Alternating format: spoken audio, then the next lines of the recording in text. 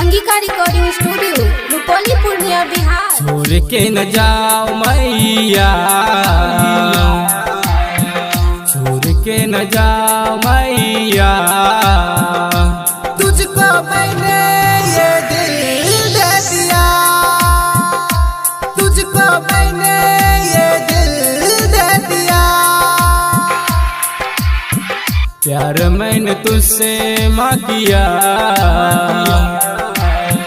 प्यार मैंने तुझसे माँ किया, तुझको मैंने ये दिल दे दिया, तुझको मैंने ये दिल दे दिया। छोड़ के न जाओ मैया, तुझको मैंने ये दिल दे दिया, तुझको मैंने ये दिल दे दिया।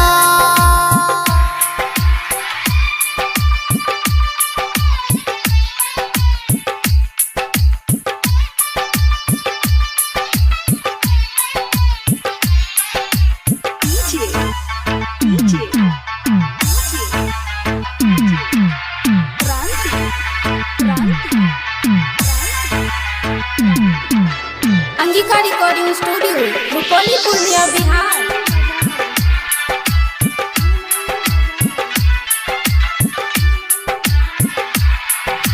चल में छुपा लो, शरण में बसा लो, दुर्लाने को होने न दो है। माँ तेरी दुहाई, ये कैसी जुदाई, अपने बेटे को खोने न दो।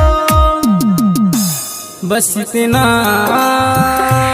कहना है, चरणों में रहना है। आ करीब आओ मैया, आ करीब आओ मैया, तुझको मैंने ये दिल दे दिया, तुझको मैंने ये दिल दे दिया।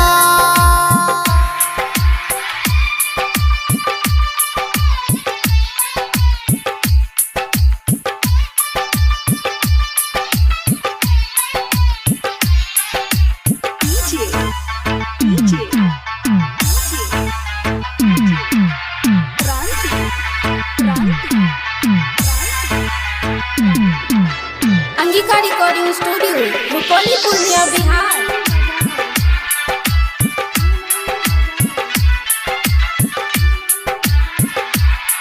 बस तेरा सहारा, नहीं है गुजारा, गुलाबी को होने न दो है। सुरसागर की लहरें मचाए अगर, तो उसे पास आने न दो।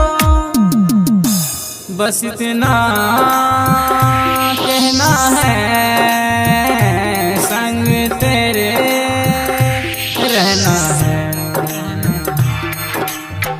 झोले मेरी भर दे मैया,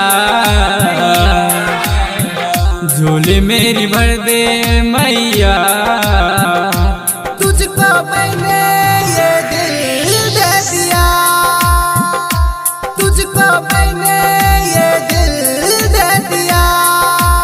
SRS एंटरटेनमेंट प्रेजेंट